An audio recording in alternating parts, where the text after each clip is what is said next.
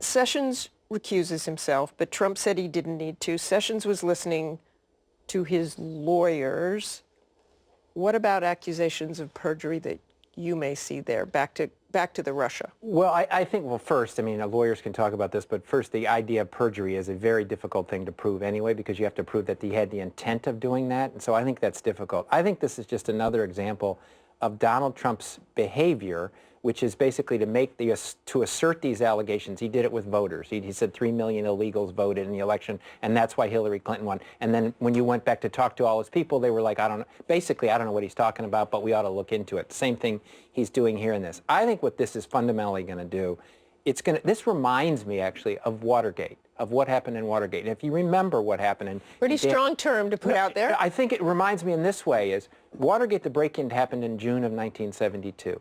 Then the Washington Post, in a couple of stories, found a couple of bits of information. It took more than 2 years for that to finally come to fruition and the President of the United States to resign. I don't have any idea if the President of the United States is going to ultimately have to resign, whether or not through impeachment, but this is the kind of story that's going to preoccupy the White House for a long period of time and put their agenda on hold at best. Right. Do you know what this is called? This is called a D.C. obsession, and that's what it has become. Jennifer, what do they do? Or is it even fair at this point? I mean, we all talk about this. You've written about this a lot. You have as well, Matthew, that every interaction with an ambassador, which is normal behavior in many, many cases, does that build on itself too much? What do they do to stop that?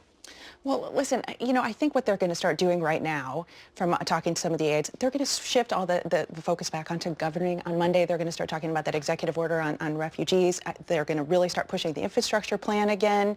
I mean, I think they're going to really try to change the conversation.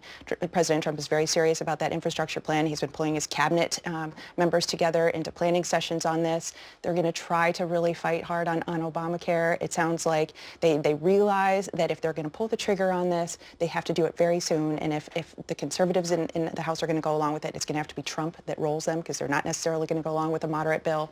So it's all about governing and shifting that focus back onto governing. But I'm going to give you 10 seconds, Matthew, with your prediction for what we'll be covering next week. We're going to be in the middle of Russia. this or some other aspects of it. There's just too many. He is not going to be able to shift the focus. He's tried before. This is going to be fully occupy Washington and much of the country for the next 12 months.